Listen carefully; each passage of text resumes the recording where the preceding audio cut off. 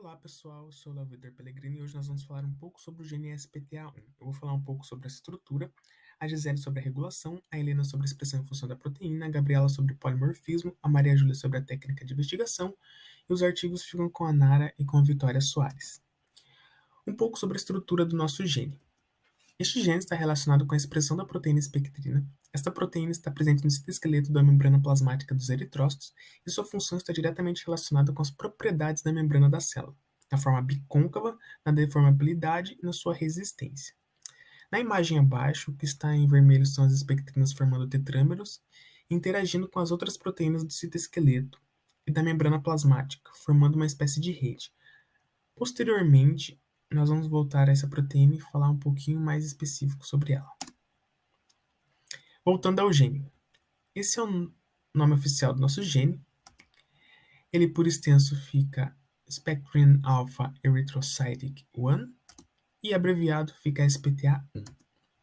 No homem, nós encontramos nosso gene com a numeração 182860 e encontramos a sua localização cromossômica na fita reversa do cromossomo 1, no braço longo, na segunda região, na terceira banda e na primeira subbanda. Esta é a representação física da sua localização no cromossomo, que seria a localização genômica dele. E, novamente, cromossomo 1, braço longo, segunda região, terceira banda, primeira subbanda. Agora os genes vizinhos. Nosso gene tem 5 genes vizinhos. Cada gene vizinho é representado por uma seta e o tamanho dela representa o tamanho desse gene. O sentido da seta indica a fita que o gene está. No caso, se a seta está indicando para a direita, ela representa a fita direta. Se ela está apontando para a esquerda, ela representa a fita reversa. Esses 3 primeiros genes vizinhos, eles estão relacionados com a codificação de proteínas de receptores olfatórios. Já os 2 últimos genes são validados como elementos cisreguladores de alta confiança para o nosso gene. Já aqui podemos ver a região promotora que antecede o primeiro exon, e nela nós podemos enquadrar o Tata Box, que é a região onde os promotores irão se ligar para dar início à transcrição do nosso gene. Nosso gene não possui ilha CpG, pois os dinucleotídeos CG encontrados numa região maior que 200 pares de base não tiveram concentração maior que 50%, não caracterizando como ilha CpG. Nós vemos aqui a marcação CG, mas são muito inferiores ao necessário para caracterizar a ilha CpG. Agora sobre exons e introns. Uma observação: pela grande quantidade de exons e pela resolução do site, os exons estão em forma de linhas ou faixas verticais ao invés de retângulos, como acontece com alguns outros genes no site. Nós pegamos o transcrito com maior apoio experimental SPTA1 208, que possui 52 exons, sendo os 2 codificantes, e 51 introns. Os exons são as regiões verticais de retângulos preenchidos, as linhas verticais preenchidas, e as regiões não codificantes, o TR, são os retângulos não preenchidos, que estão nas extremidades da imagem. Na extremidade direita nós temos a região UTR 5', e na região esquerda, na extremidade esquerda, nós temos a região UTR 3'.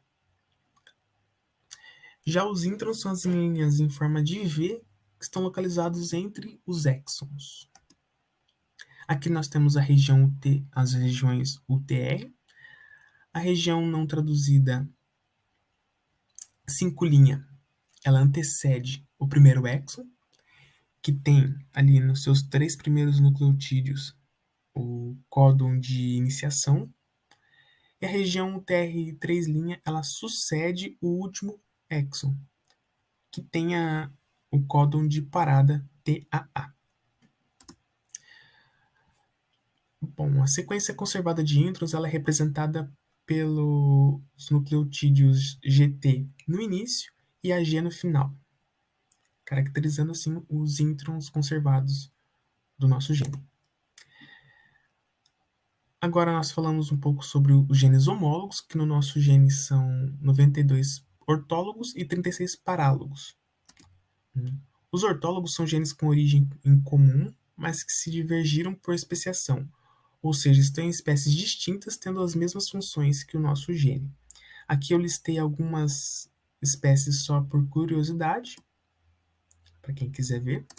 E os parálogos são genes com origem comum, mas que surgem a partir da duplicação dentro do genoma de uma mesma espécie, estando presentes em regiões diferentes nesse mesmo genoma e com funções diferentes também. Da mesma forma, eu listei apenas por curiosidade os genes parálogos. E por fim, a árvore filogenética. Cada um dos nós em azul representam as especiações que ocorreram ao longo da evolução. E no quadro ao lado, vemos em verde escuro as regiões com altas taxas de conservação do gene, já em verde claro são as regiões com média taxa de conservação do gene. Por se tratar de um gene relacionado com a estruturação da membrana das hemácias, ele está presente em diversas espécies. Olá, meu nome é Gisele e eu vou falar sobre a regulação da expressão do gene SPTA1. Bom, sobre os transcritos. Esse gene ele possui 9 transcritos, dos quais um codifica a proteína, um tem CDS de codificação não definida, ou seja, ele tem uma sequência codificadora não definida, e 7 dos transcritos estão retidos em introns. O primeiro transcrito, que é o transcrito 208, ele é o transcrito biologicamente mais relevante, e isso é indicado pela flag main select. A flag em símbolo canônico indica que esse transcrito ele tem uma sequência muito conservada e expressa. A flag GenCode Basic indica que este transcrito participa de um subgrupo de transcritos que são muito relevantes. E por fim, a flag APRIS-P1 indica que esse transcrito ele transcreve a isoforma proteica mais relevante desse gene. Sobre as isoformas proteicas. As isoformas proteicas elas são resultantes do processamento do RNA mensageiro, ou seja, de todo aquele processo de splicing alternativo. Esse gene em específico ele possui duas isoformas, a P02549-1 e a P02549-2. A primeira ela é mais importante porque ela tem a sequência canônica, que é aquela sequência que é conservada e muito estudada. A segunda, ela não possui a sequência canônica completa, portanto, ela não é tão estudada. Sobre a expressão desse gene nos tecidos, a expressão ela se refere ao quanto esse gene pode ser ativo, ou seja, quanto RNA mensageiro ele produz. Esse gene em específico ele vai ter uma atividade muito grande no sangue, no baço, no pulmão, no testículo, nos tecidos mamários e nos tecidos adiposos. Os outros tecidos podem ter uma expressão pequena, mas não é tão relevante. A gente pode também comparar essa expressão considerando-se os sexos. Então, os mesmos tecidos que a gente tinha visto anteriormente, que tem uma alta expressão, a gente vai ter uma diferença entre homens e mulheres. No caso do sangue, é uma expressão muito maior em mulheres do que em homens. Já no baço, é uma expressão maior em homens do que em mulheres. Porém, no tecido mamário, tecido adiposo, não há muita diferença entre os dois. E no testículo, apenas os homens expressam esse gene.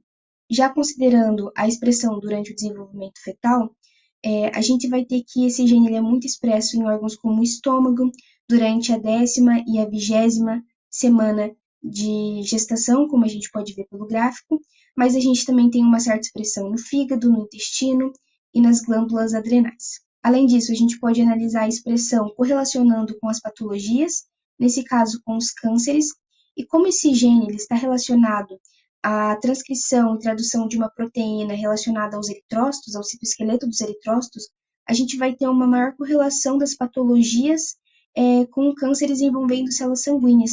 Então, por meio desse gráfico, a gente pode ver que uma grande expressão desse gene pode estar relacionada com doenças como a eritroleucemia, a síndrome mielodisplásica e a leucemia mieloide crônica.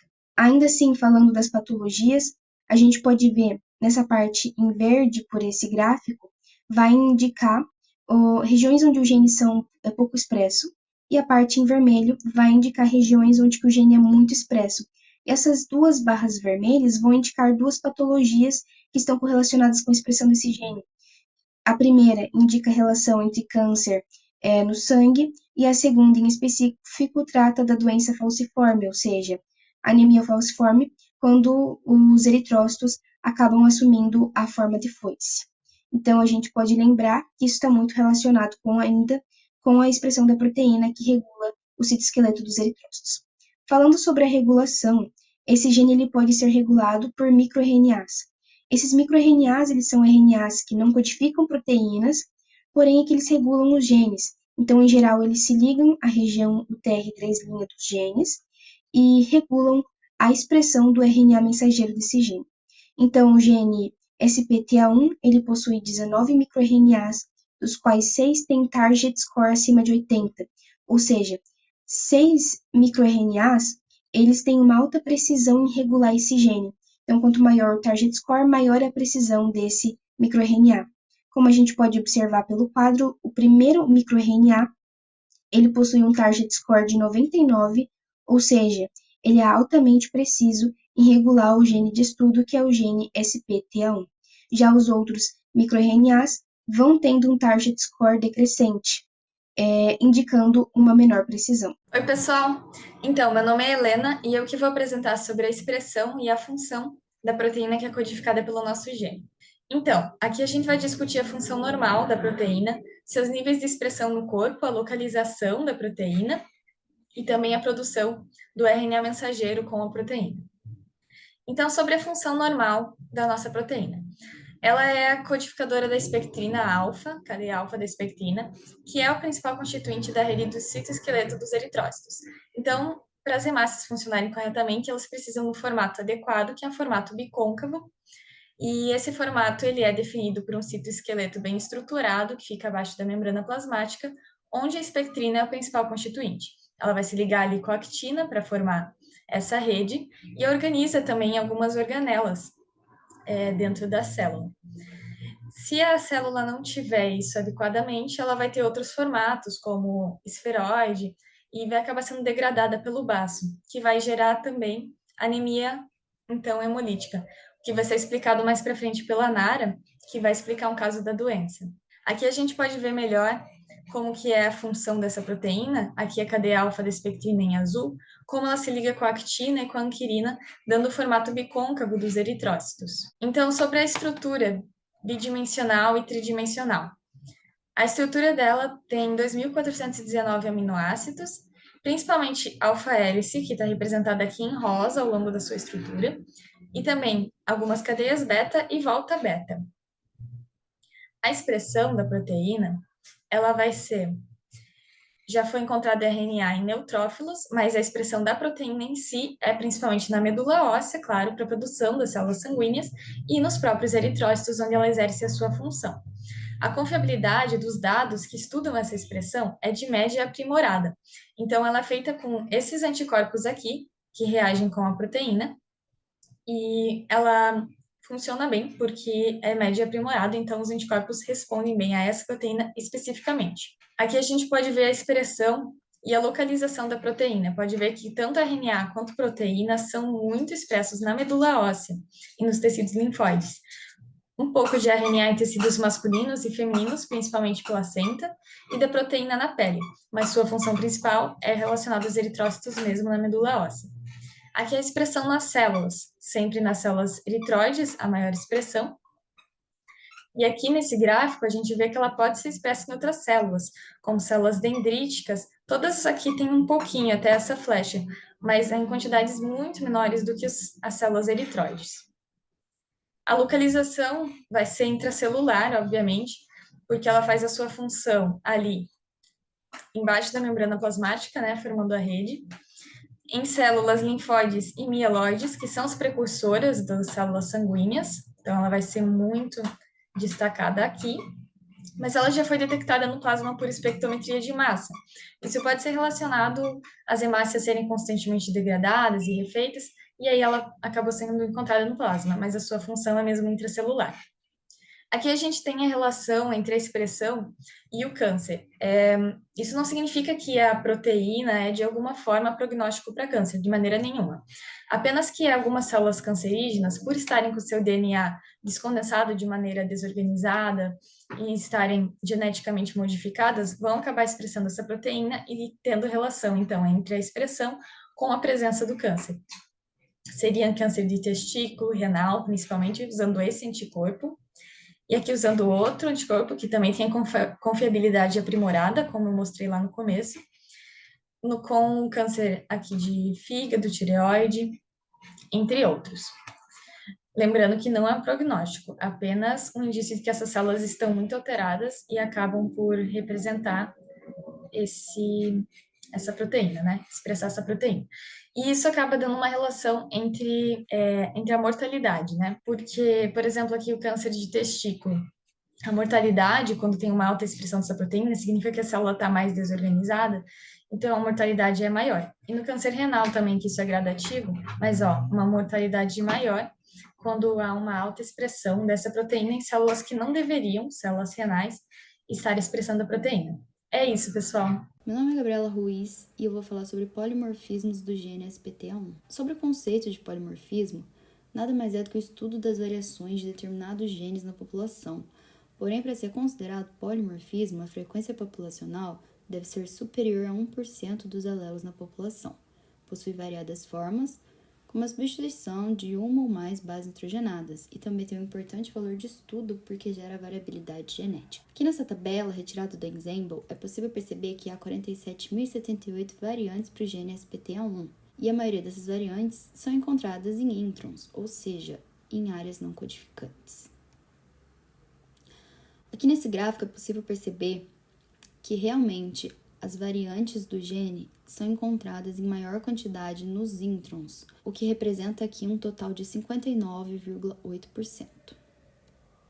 A variante alélica comum escolhida foi a RS11811522, que possui como consequência mais grave relacionada com a região intrônica, onde ocorre uma troca da base nitrogenada A pela base nitrogenada G, que constitui uma transição, ou seja, a troca de uma base púrica por outra púrica. Essa variante está localizada no cromossomo 1 entre a região 158.634.303 e 158.634.403. Em relação aos fenótipos dessa variante, ocorre uma alteração na quantidade de hemoglobina presente na hemácia. Em relação à genética das populações, a frequência do alelo G está em maior quantidade na população do leste asiático e em menor quantidade na população africana. Já em relação à frequência do alelo A, ocorre o contrário, está em maior quantidade na população africana e em menor quantidade na população do leste asiático. A variante alélica rara escolhida foi a RS121918641, que possui como consequência mais grave uma variante não sinônima,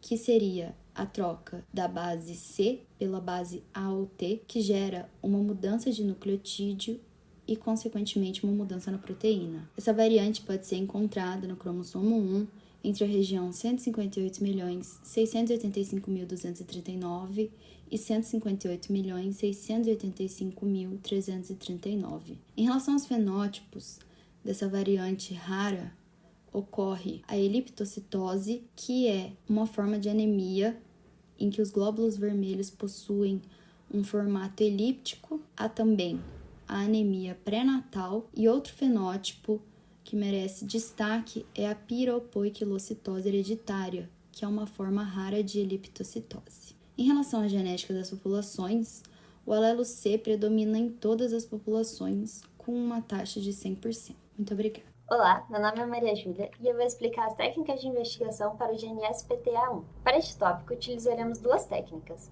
uma para a identificação dos polimorfismos e outra técnica para a quantificação dos transcritos de RNA mensageiro. Para a identificação do polimorfismo da variante 118, 115 e 22 do gene SPTA1, a gente vai utilizar a PCR-RFLP, que consiste em 4 etapas, iniciando por uma PCR, seguida de uma eletroforese, depois a ação de uma enzima de restrição, e por fim uma segunda eletroforese.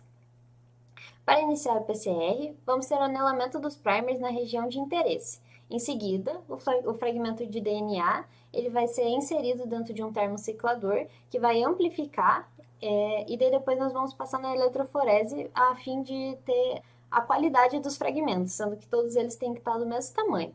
Depois disso, nós vamos ter a ação da enzima de restrição e que foi desenhada para reconhecer o alelo mutado, uma segunda eletroforese para observação do genótipo. Assim, para a gente iniciar a técnica, a gente vai iniciar com a localização do polimorfismo. No caso do gene SPTA1, a variante encontra-se onde o R está sendo apontado aqui em vermelho. Em seguida, a gente vai desenhar os primers que vão se anelar à região de interesse. Para a gente poder escolher os primers, a gente tem que levar em consideração o comprimento dele, que tem que ser em torno de 500 pares de base, e também a porcentagem de citosina e guanina, que tem a ver com a temperatura de melting, que é a temperatura ideal para o anelamento dos primers. A quantidade de citosina e guanina tem que ser em torno de, menor, na verdade, que 60%, para que o nosso primer seja adequado. Por isso, então, a gente escolheu o segundo par de primers. Nessa imagem, a gente pode ver aqui marcado em laranja, aonde o forward primer vai se ligar, que é uma região anterior ao alelo mutado. E nessa aqui a gente vê onde o reverse primer vai se ligar, sendo uma região posterior ao alelo mutado. O reverse primer, ele não se liga diretamente à fita, então ele tem que ser passado para a fita direta para que ele possa se ligar e a gente tenha a confirmação de que esse primer serve para a gente. Depois disso, a gente tem que checar se esse primer vai se anelar à região que a gente precisa. Para que a gente confira isso, a gente vai olhar nos números em azul, que estão aqui no Ensemble e no UCS em sílico, e sendo que o número no Ensemble tem que ser englobado pelo intervalo descrito no UCS em sílico. Então, aqui a gente tem esse número estando entre esses dois. Então, ele vai se anelar essa região que a gente queria. Em seguida, a gente vai ter a ação da enzima de restrição, que a gente obteve lá no Restriction Mapper, que deu uma lista de enzimas para a gente. Só que, para a variante 118, 115 e 22, a gente não tem nenhuma enzima que vai reconhecer o sítio e, em seguida, fazer o corte. Então, como a gente não tem essa enzima, vou explicar o que aconteceria se a gente tivesse essa enzima que faça o corte. Para um indivíduo que fosse homozigoto para variante do alelo mutado, nós teremos dois fragmentos mais leves, então eles estariam mais para baixo na bandeira da eletroforese. Para um indivíduo que fosse heterozigoto para esse polimorfismo, a gente teria 3 bandas, sendo 2 delas mais leves e uma delas mais pesada. E para o indivíduo homozigoto que fosse normal para esse alelo, a gente teria 2 bandas mais pesadas, então mais próximas do posto de aplicação. Agora, a gente vai passar para a técnica de quantificação dos transcritos de RNA, sendo o nosso transcrito de final 643759.2 do GNSPTA1. Para iniciar esse processo, a gente vai começar transformando o RNA mensageiro em um DNA complementar. Em seguida, a gente vai ter a ação da transcriptase reversa, que vai fazer essa transformação. Depois, uma sonda, que vai ser anelada à região, que vai conter um reporter, que contém o fluoróforo, e um quencher. Em seguida, essa sonda vai ser hidrolisada e vai liberar o reporter do quencher para que esse fluoróforo seja liberado. Então, vamos para como essa transcriptase reversa vai funcionar. O primer oligo-DT vai hibridizar a cauda poli-A e que vai permitir que a transcriptase reversa transforme o RNA mensageiro em DNA complementar. Em seguida, esse híbrido de DNA e RNA vai ter a sua fita de RNA degradada por uma RNase H ou uma hidrólise alcalina. E em seguida, a gente vai ter a ação da DNA polimerase 1, que é de E. coli, que vai realizar a síntese da segunda fita final de cDNA e vai iniciar com a ligação de um oligonucleotídeo de sequência conhecida à extremidade 3' da primeira cadeia de cDNA. Depois disso, nós vamos ter a adição de uma sonda, que consiste de um fluoróforo, que é o reporter, e um quencher na extremidade 3', que vai ser responsável por absorver a fluorescência do reporter. E no momento em que a TAC polimerase, que está adicionando as bases, encontrar essa sonda, ela vai hidrolisar a sonda e vai liberar o reporter da ação do quencher, liberando a fluorescência. Nesse processo, para cada RNA mensageiro que é transcrito do gene, o número de cópias do DNA complementar vai ser igual a esse número de RNA mensageiro, e por isso ele é um método que a gente pode utilizar para fazer a quantificação. E por fim, nós não encontramos nenhuma sonda que fosse se anelar essa região e fosse realizar o corte, mas Para fazer essa busca, nós utilizaríamos o Thermo Fisher, Rebase e também o Restriction Mapper, que vai nos dar a possibilidade das sondas. No Thermo Fisher a gente encontraria essa sonda e no Rebase a gente testaria. E é isso. Oi, meu nome é Nara e eu vou apresentar o artigo 1. Esse artigo é o espectro da esferocitose hereditária associado ao SPTA1. Ele foi publicado na Frontiers in Physiology no dia 3 de julho de 2019 e foi realizado por esse grupo de pesquisadores. Uma parte introdutória, a esferocitose hereditária é um distúrbio que afeta a membrana das hemácias, ocasionando anemia hemolítica hereditária. Sua forma recessiva está relacionada a mutações bialélicas do gene SPTA1, que é responsável por codificar a proteína alfa-espectrina, que, como já foi mencionado, faz parte da ligação do citoesqueleto à bicamada lipídica da membrana das hemácias. Então, esse artigo tem como objetivo relatar uma apresentação clínica variável de 3 grupos de pacientes com esferocitose hereditária, com base na comparação de dados genéticos, reológicos e de expressão proteica. Os materiais e métodos empregados foram sequenciamento de próxima geração de genes associados à anemia hemolítica hereditária, em que foram analisados 32 genes relacionados ao distúrbio de membrana das hemácias. Também foi utilizada a equitacitometria de gradiente osmótico, a eletroforese capilar em imunodetecção e o PCR quantitativo em tempo real da RNA mensageiro de reticulócitos, que são eritrócitos não maduros. Aqui na parte de análise de dados, primeiramente é necessário destacar que foi identificado um alelo de baixa expressão do gene SPTA1, que está relacionado ao distúrbio de membrana das hemácias. Esse alelo é o alfa-lepra, que significa Low Expression Break, e ele é uma mutação intrônica profunda desse gene, ele está localizado no intron 30. Ele acaba promovendo uma alteração de quadro de leitura e levando então a um término prematuro da tradução, que ocasiona uma diminuição da produção de alfa-espectrina.